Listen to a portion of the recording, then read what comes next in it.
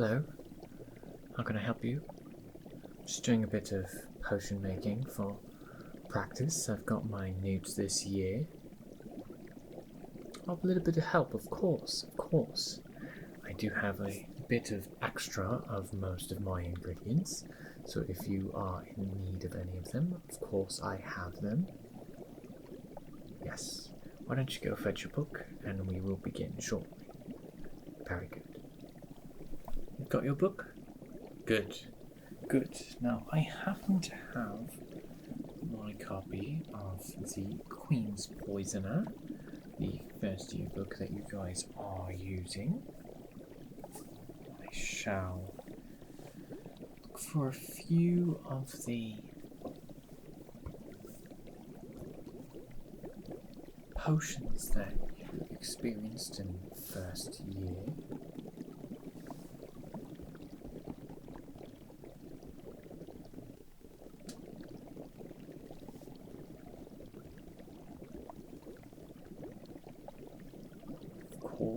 Before we actually begin, we should take a look at the components of making a potion. Of course, we've got our pewter cauldron here. I already have it lit, ready to go, with some basic solution in here. I have all my ingredients, where it being herbs, very small amount of herbs. I don't quite need them as much, though they are very useful in potions. You find that many of the herbs used in potions are also what we study here at Hogwarts. Better to have you prepared for both herbology and potions at the same time. They usually go hand in hand. Many of these are specially procured from different sources than most potions ingredients. I happen to have an interesting person who worked at an old potions study who introduced me to a very, very good ingredient finder. Of course, we have our liquids. Each one has different types of liquid inside.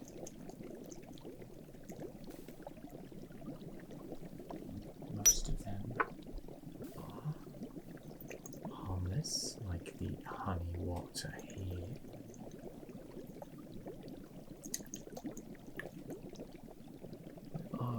Few more dangerous pieces of potion. I'm not going to tell you what this one is in case you get any wrong ideas.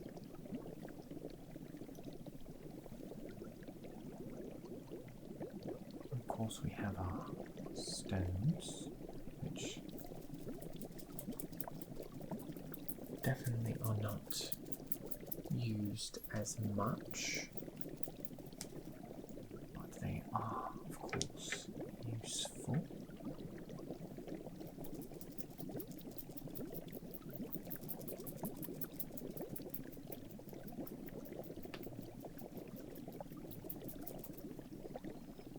Of course, the smaller vials of liquid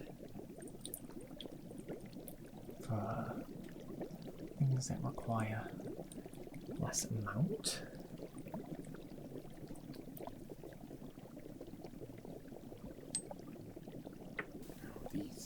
smaller vials are filled with the least dangerous pieces.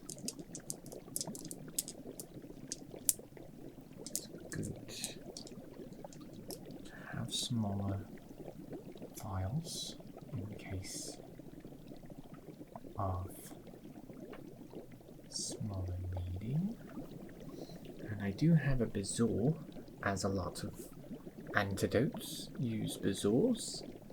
I have one that was freshly taken from the goat this morning. I was lucky that my father and mother sent it to me. Very helpful as I was out of bazaars. Also, it's good to have empty glass vials, especially for the finished potion.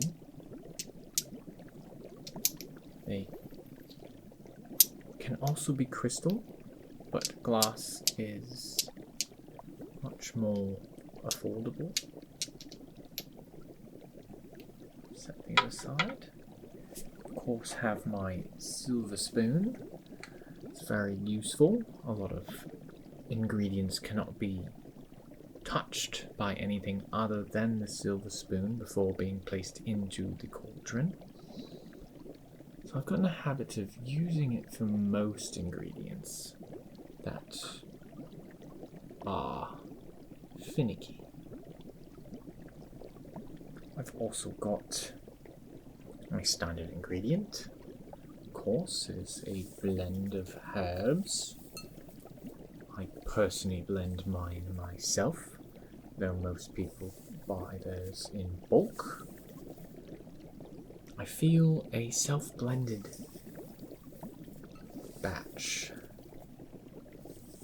works better for my purposes, especially because I can ratio out the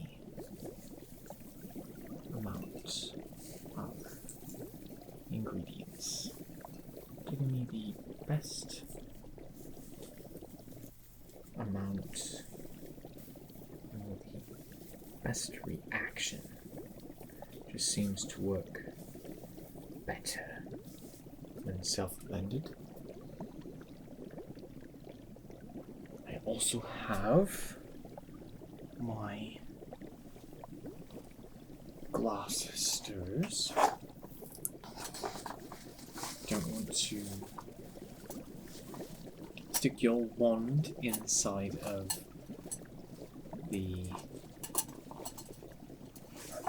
cauldron, and the silver spoon can dissolve if doing a rather tricky potion, but we have the glass stirrers, which, like glass or crystal vials, do not react with the potion and are used for stirring the potion.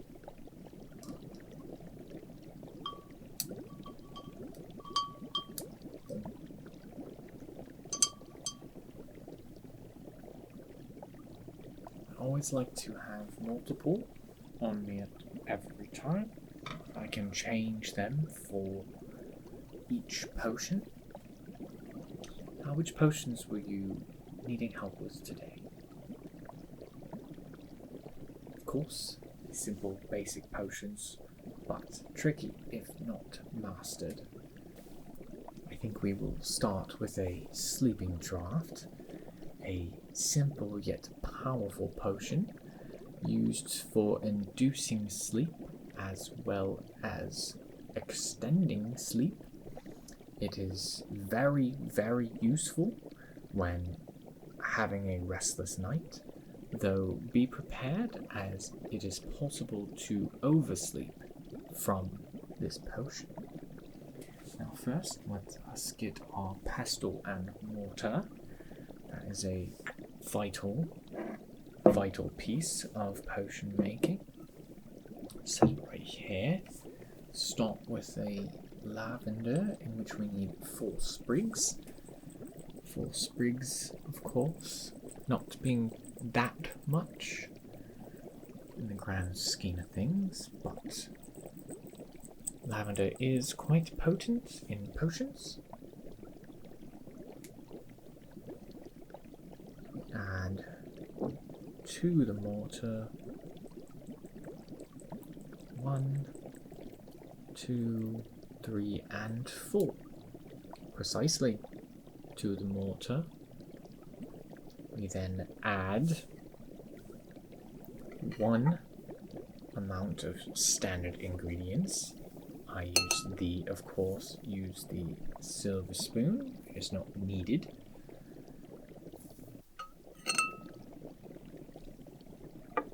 And we begin to grind our ingredients in the mortar with the pestle. It is a tedious process, but nonetheless one that we must do to ensure our ingredients is efficiently and sufficiently ground. Once that is ground, we'll set that aside for now and grab 2 blobs of flobberworm mucus. I like to dry mine, which is a lengthy process, which allows me to actually grab the pus itself physically with my hand, which makes it a bit easier. 1 and 2. Flobberworm mucus can be very tricky, as it sometimes will fall. This is being added directly to the potion. 1, 2. After that, we will add 2 measurements of standard ingredients into the potion itself.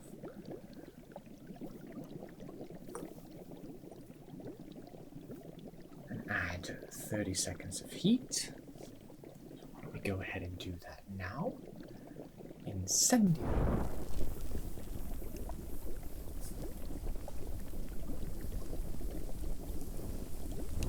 Heat needs to be transferred equally most of the time. You'll have instruments at your disposal to help. Of course, being in the common room, we do not, so we must maintain a proper amount.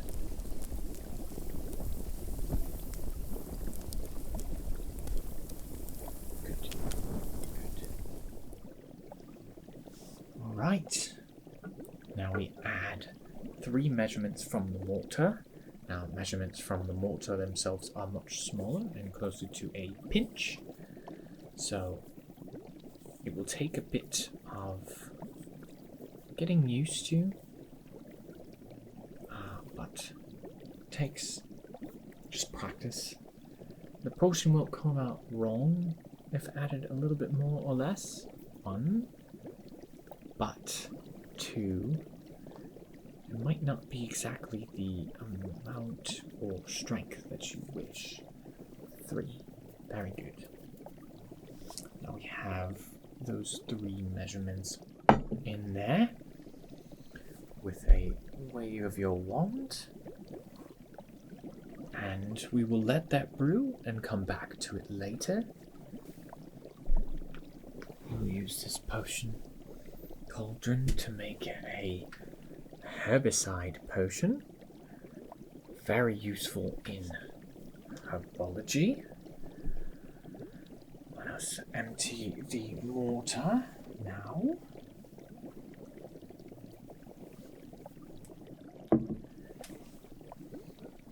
And purge any leftover. Good, very good. Now, for the Herbicide Potion, it's good to start with the 4 lionfish spines. Let me see here. I have actually broken them into smaller pieces. Let me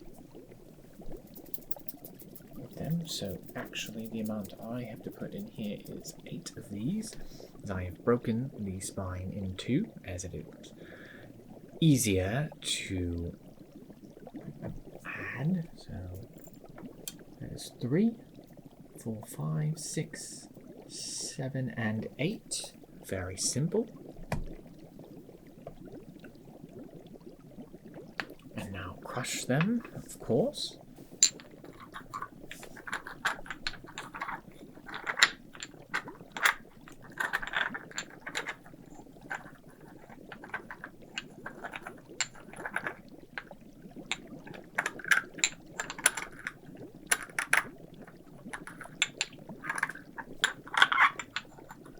The spines of the lionfish are actually quite simple to break.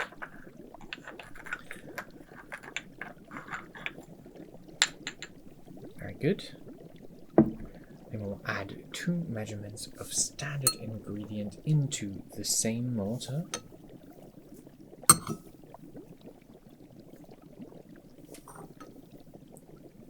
Good. For even more. A lot of potions is patience.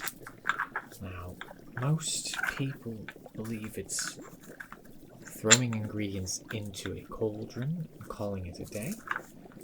Most of the time is actually spent preparing your ingredients, whether it's ones that you put in your potions kit, or whether it's preparing the ingredients for the potion.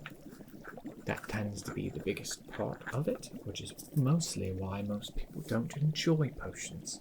The tediousness of it is actually something I quite enjoy. Now, from this, we take 3 measurements from the mortar. 1, 2, and 3. Now we are going to take this one and let it sit as well. A lot of potions actually take multiple sessions to create, which is why in a potions class it is normally doubled.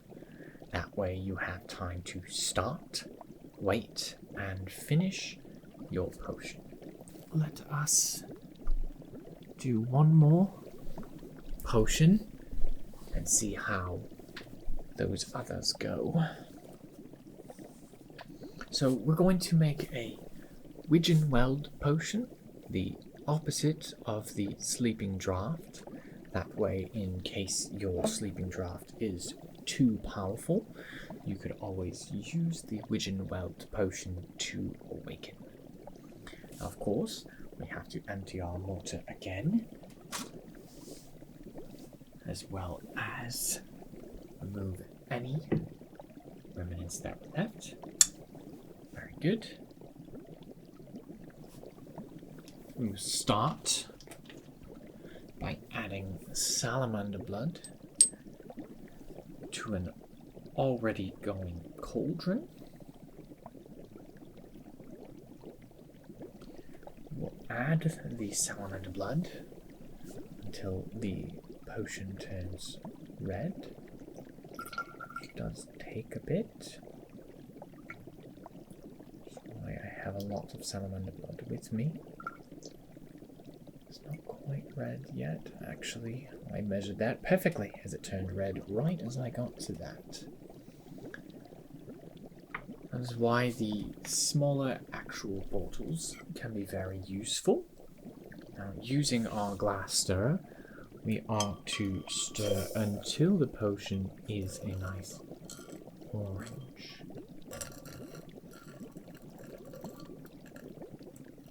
In this potion, any direction doesn't matter. So I like to randomize my movements until we get a nice orange. Bright orange is usually what I like to look for. Here we are, starting to get to that orange. Very Very good. Now we will add more salamander blood until it turns yellow. Normally this takes less than the first amount, usually about half of these bottles.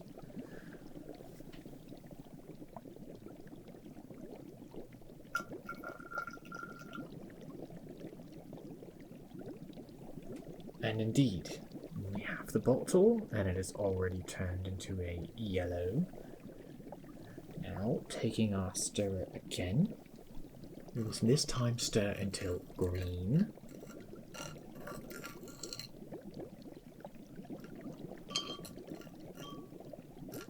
Making sure you get every piece and allow it to mix in properly until a nice green. Good. Now, again, we take the salamander blood, add it till it turns to a nice turquoise, which should be the remainder of this bottle. Indeed it is. Very good. We now have our turquoise colour. Make sure I wipe off a little bit of salamander blood off of myself. I'm using the glass stirrer. Stir slightly, not too much because that's not part of the step. I like to make sure the blood is mixed in correctly. And for this portion, we are going to heat until the potion turns nice indigo. So again, incendio. Heat for usually a minute is what has come to my understanding, but always keep an eye out for it anyway, as the indigo is a much harder colour to perfectly land on. The turquoise doesn't take much, the green doesn't take much, the yellow, orange and red, but the indigo is the hardest part. You need to stop the flame precisely as it begins turning to a dark blue, as it is now, and I will remove the flame. Very good. We will now add more blood. This time we don't need as much. It's usually only a couple of drops until it becomes the colour we are looking for.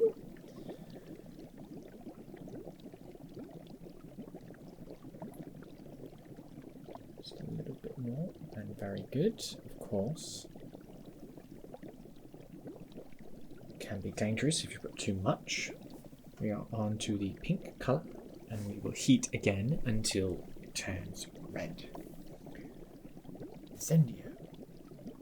It's not quite a difficult potion for obtaining the items required.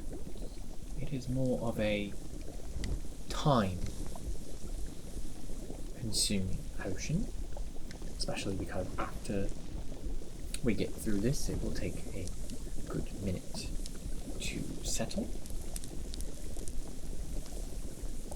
Here we are to the red. Very good, very good. We'll now be adding lionfish spines, which are back here, of course, because I just used them in the last potion. This is actually added directly into the potion. Good, very good. Now we heat until yellow. It's a very long, repetitive process of heating and stirring. Incendio.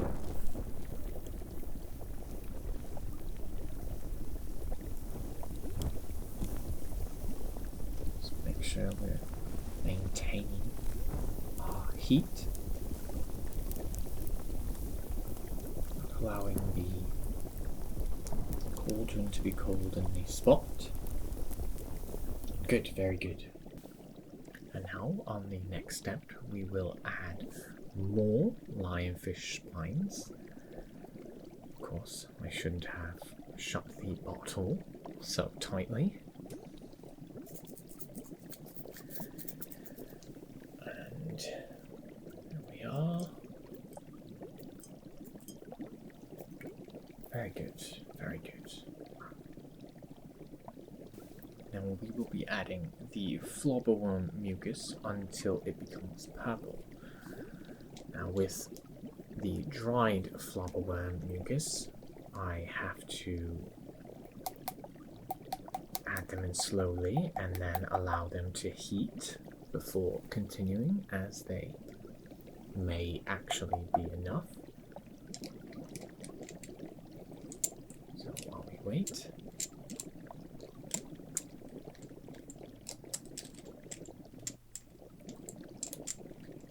okay, not quite lavender. Grab a couple more. That's 2, so we drop 1 in there, and 2. I only believe I'll need 2 more. I will still wait to make sure that the colour is efficient.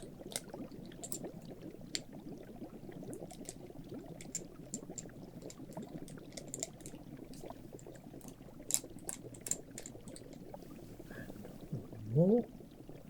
Good.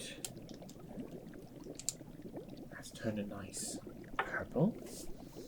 But now I will stir until it becomes red again. Fascinate me to meet the man who invented such a potion in which the same ingredients are used over and over to create a fascinating counterpart to the sleeping draught. We have a nice red. Good. After that we add more mucus until it turns orange. We get 1 in there, very nice. And 2 for safekeeping. Good. I believe it's only 3, but I don't want to over add before. It seems to still be a nice light red. Let me add the final one, in my opinion. In my fact, it is indeed 3. They can vary, but a lot of potions serve some sort of patterns with the amounts that are needed. The next part will be adding the honey water, which very easy, as it is enough honey water to turn it turquoise. But you don't think of adding a yellow to an orange to get a turquoise, but they do indeed turn to a turquoise. Make sure you're not adding too much at a time. Nice green now. And turquoise, very good. Just a little bit of honey water left, not enough for my potion, of course. I'll have to restock that and Salamander Blood now. From there, we will take drops of boomberry juice, which is the light purple I showed you earlier, not the dark purple that I will not talk about. I will add a few drops here of this. Grab my glass dropper from my bottle.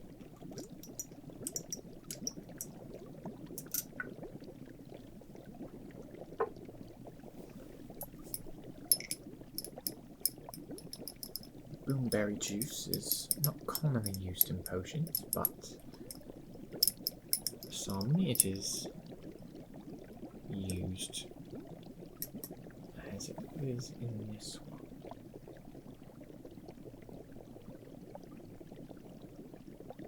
I like to spread the boomberry juice around to maintain equilibrium throughout the potion.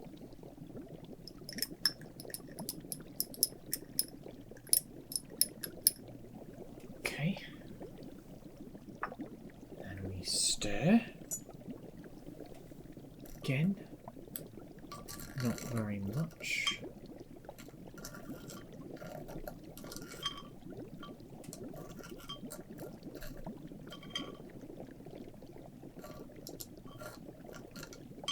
Good. Now we will let this simmer. Alright. Now the Widgeon Weld potion is finished. We will let it cool.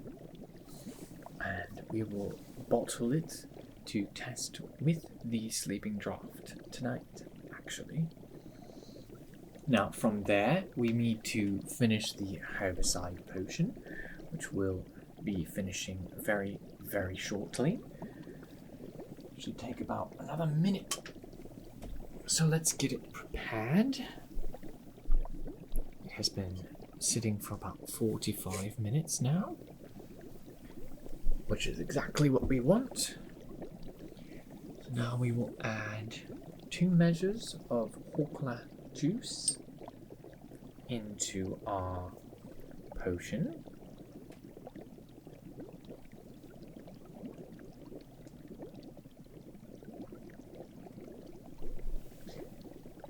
Make sure it's just the right amount. Very good. Very good. Something about the emerald colour of this ingredient gives me a bit of enjoyment. Might just be because it's the colour of the best house, of course. Though I can say, blue here looks very nice. Ravenclaw does have the most friends that I have other than Slytherin, so I do have a affection for it. Now, after the Hawklap juice added to the cauldron, we will heat it for a 10-second interval. Not very long. Incendio.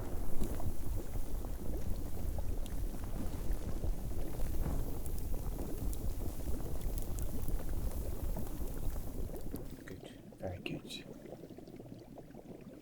Now we will also add 2 blobs of flobberworm mucus. We've been using that a lot today. I may have to re-up on that as well.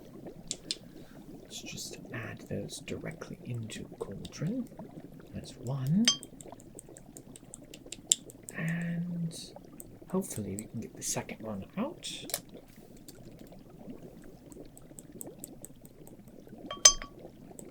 Very good. 2 blobs of flobberworm mucus.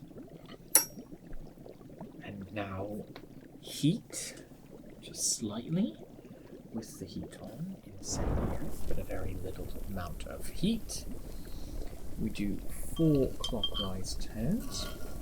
On my 4th turn, I like to stop and add a counterclockwise turn. For some reason that likes to mix a bit better.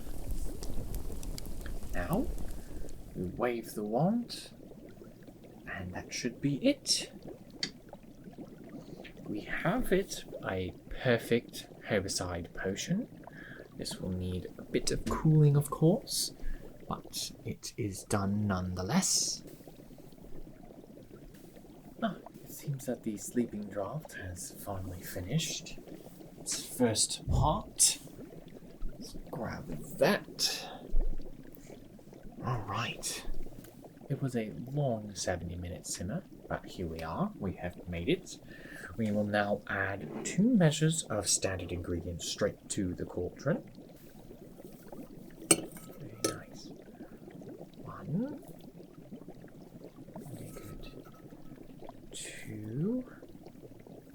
And we will heat on a high amount for 1 minute.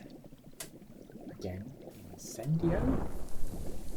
We'll hold it around the cauldron again for 30 more seconds.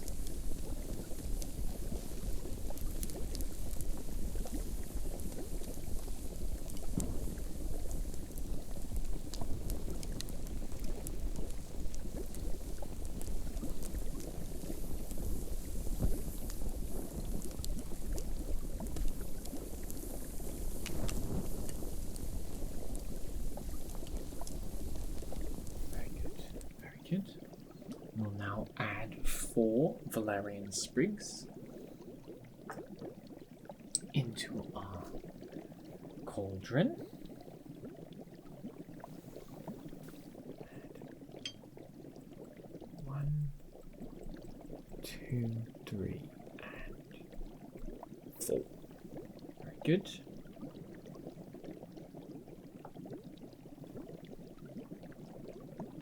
We'll stir it 7 times clockwise with an 8th going counter. It does say do 8 clockwise, but again, the counterclockwise does seem to add to that.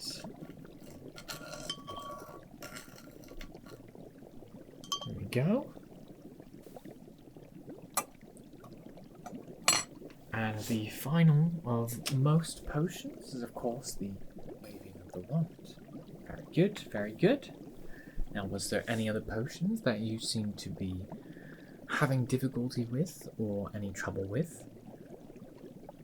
No, just these potions. Okay, well, if there's any other potions that you need help with, or if you happen to be running out of any ingredients, of course, I have a full stock of potions and ingredients, as well as I have a very good connection for getting more if needed be.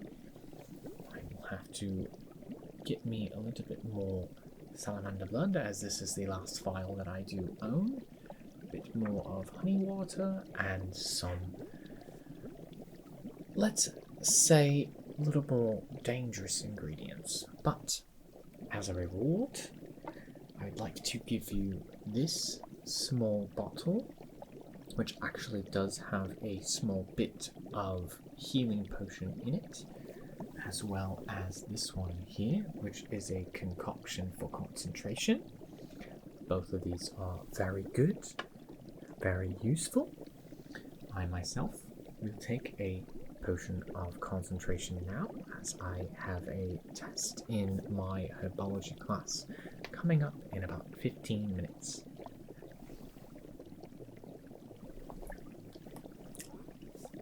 Not very good, but very useful.